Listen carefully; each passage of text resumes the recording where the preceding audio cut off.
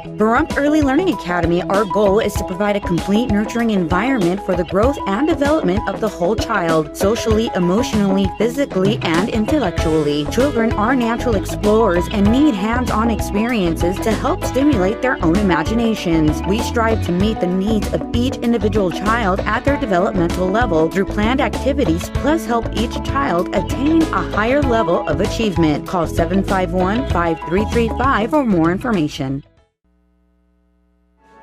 Today's news is brought to you in part by Dr. George Leeks, Pahrump's optometrist since 1990, offering full-spectrum eye care for children and adults. Call today, 727-8300. And Noah Beacon files his Angie's List report concerning home inspections. Most folks know when you're buying a home, it's a good idea to get a home inspection. But were you also aware of the importance of taking a final walkthrough before closing? And today's Angie's List report, how they can both benefit you, the buyer. A lot of the decision to buy the house is emotional. People buying the house are really excited about it. They don't tend to look at the details, or they don't tend to look at how things work. When buying a house, the home inspection is one of the most important things you're going to do, because that's a chance to bring a professional in to assess the condition of the house. But a lot of times consumers skip out on going to the home inspection.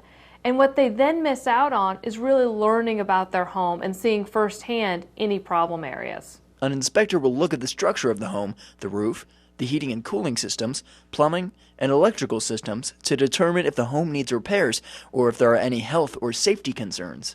Once home inspection is complete, you're still not done. Your next step before closing is a final walkthrough with your real estate agent. A final walkthrough of the house you're buying might seem really simple, but a lot of time it's overlooked. And it's important because you can then double check and make sure anything you ask for in your contract has been completed.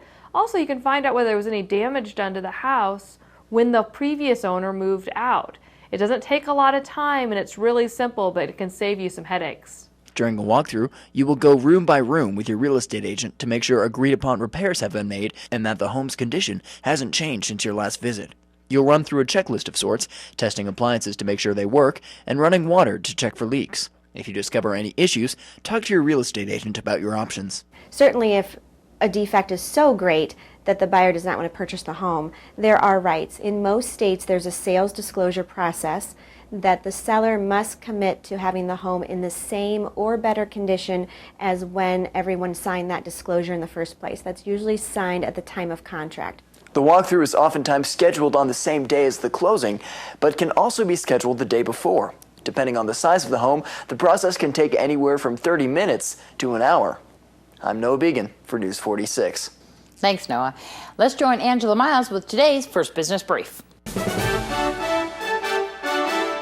This is the First Business Brief for Friday, April 11th. I'm Angela Miles. As the stock market tumbles, prices at the gas pump are surging. The average for a gallon of unleaded gasoline rose a nickel during the past week to $3.61. The National Association of Convenience Stores finds in its latest gauge, Americans remain optimistic about the economy despite higher prices at the pump. GM is taking a $1 billion hit. The car company will spend $1.3 billion to cover costs related to its massive recall of more than 2.6 million vehicles. 2 GM engineers are now on paid leave in connection with that recall. And cancellations soared in the airline industry as winter weather tripped up flights. On-time arrival rates fell to 78.4% in 2013 from 81.8% the prior year. Only 70% of flights were on time, the lowest in 19 years. That's the First Business Brief. I'm Angela Miles.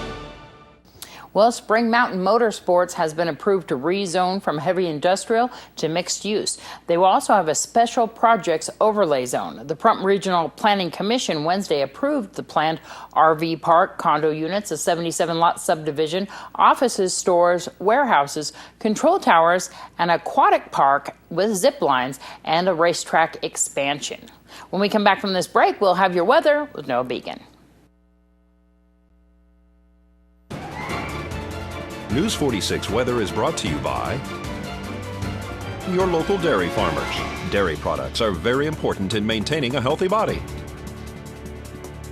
Hello and welcome back to News 46. Today is Friday, April 11th.